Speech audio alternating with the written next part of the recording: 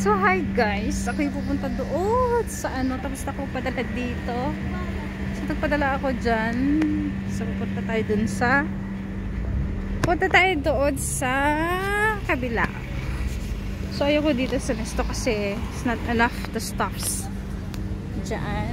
So ayoko pumunta dyan kasi kaunti lang yung ano, kaunti lang yung stocks nila, and mas feel ko dun sa isa. So dyan siya sa nesto, and then doon naman yung pupuntahan ko sa kabila kasi nandun yung mga pampaganda, nandun yung lahat-lahat na, nandun lahat. So oh my god, yung aking shoes. So ayun, gabi na yung aking ano, kasi ang tawag dito, nag-live pa kasi ako so what to do? Kailangan natin mag-live, kumanta, mag-relax.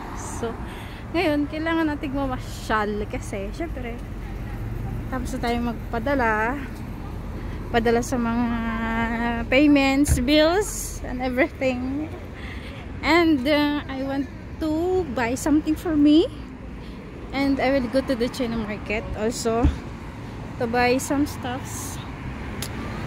And meron dong pagkain. Tapos doon sa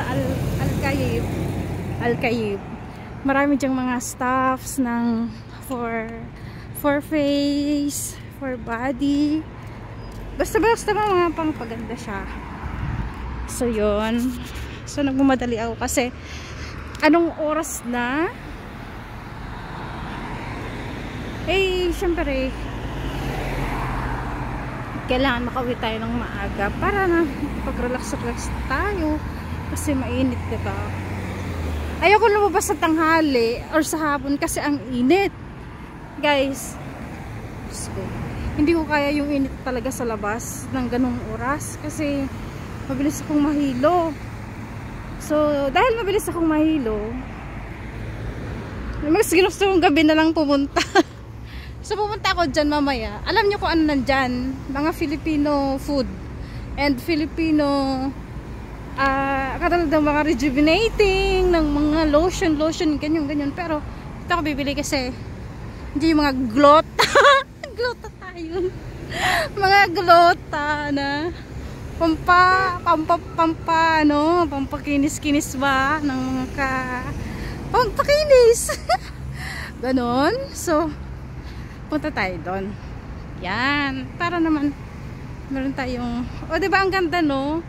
So pero hindi pa ako nakapunta doon sa taas kung anong nandun sa taas. But I will check also. Kaya lang wala akong oras. So guys, bye bye for now because I'm going inside. So later I will go there. Just be quick, maybe after 15 minutes, so I will go later in another mall. Yan. Diyan tayo pupunta. So see you guys. See you.